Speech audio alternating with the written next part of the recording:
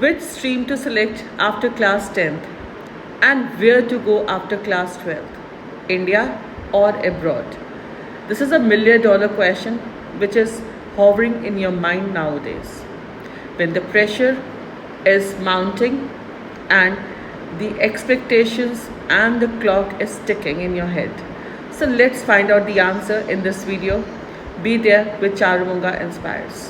So let's start today's video with a very controversial topic, that is selecting the stream and selecting the country. Which way to go? The road not taken or the road to be taken by the students? तो let's start.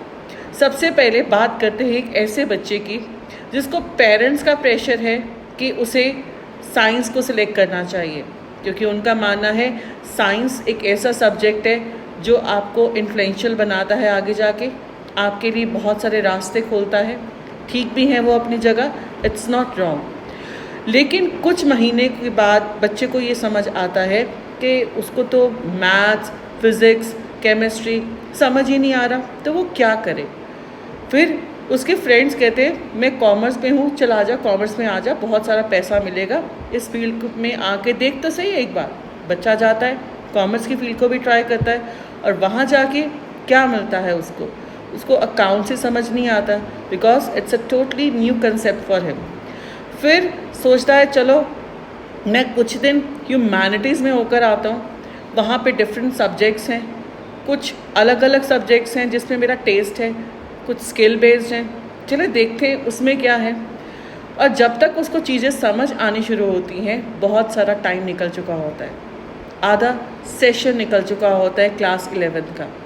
तो यही चीज़ों को आपको समझना है, which field is good for you, which stream should be selected.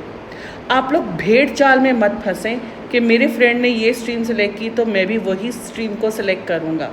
जब बच्चे इस भेड़ चाल में फंस जाते हैं and they fall under peer pressure, तभी उनकी फ्यूचर का, उनकी लाइफ का नुकसान होता है। So take care of your stream, see what is your test, where are you. आप याद रखें, मार्क्स सिर्फ एक छोटा सा फैक्टर है आपकी स्ट्रीम सेलेक्ट करवाने के लिए। जो चीज़ मेनली काउंट करती है आपकी स्ट्रीम को डिसाइड करने के लिए वो है आपका पैशन, आपका एप्टीट्यूड। सो कभी भी ये गलती मत करें और ना ही किसी को ये डिसीजन लेने के लिए फोर्स करें कि उसको कोई भी स्ट्रीम अपने मार्क्स से अकॉर्डिंगली सिलेक्ट करनी है। उसे स्ट्रीम सिलेक्ट करनी है अपने पैशन, एबिलिटी और उसके फ्यूचर को देखते हुए, उसकी फाइनेंशियल कंडीशंस को देखते हुए। So please take care of all these things in future.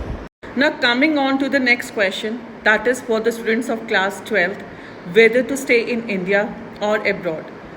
Where will we get exposure? हमें कहाँ पे जॉब अपॉर्चुनिटीज़ मिलेंगी?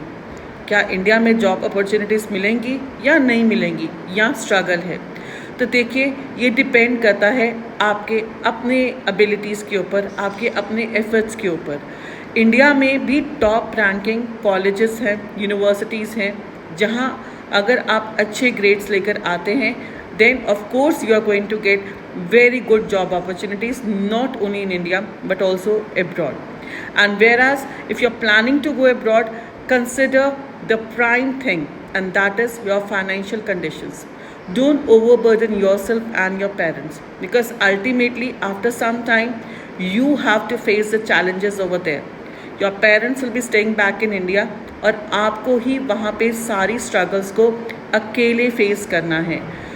Whatever decisions you all are taking at this moment, do a proper research and then take a final decision. Don't do it in a hurry कि मेरे friend ने ये लिया, वो इस कॉलेज में जा रहा है तो मैं भी इस कॉलेज में जाऊँ। जितने भी क्लास 12 के स्टूडेंट्स हैं, अगर आपकी परसेंटेज अच्छी आई है, अगर आप अच्छे हैं पढ़ाई में, do give CUET, that is the entrance examination for central level universities, and it's definitely going to help you out. Thank you all of you.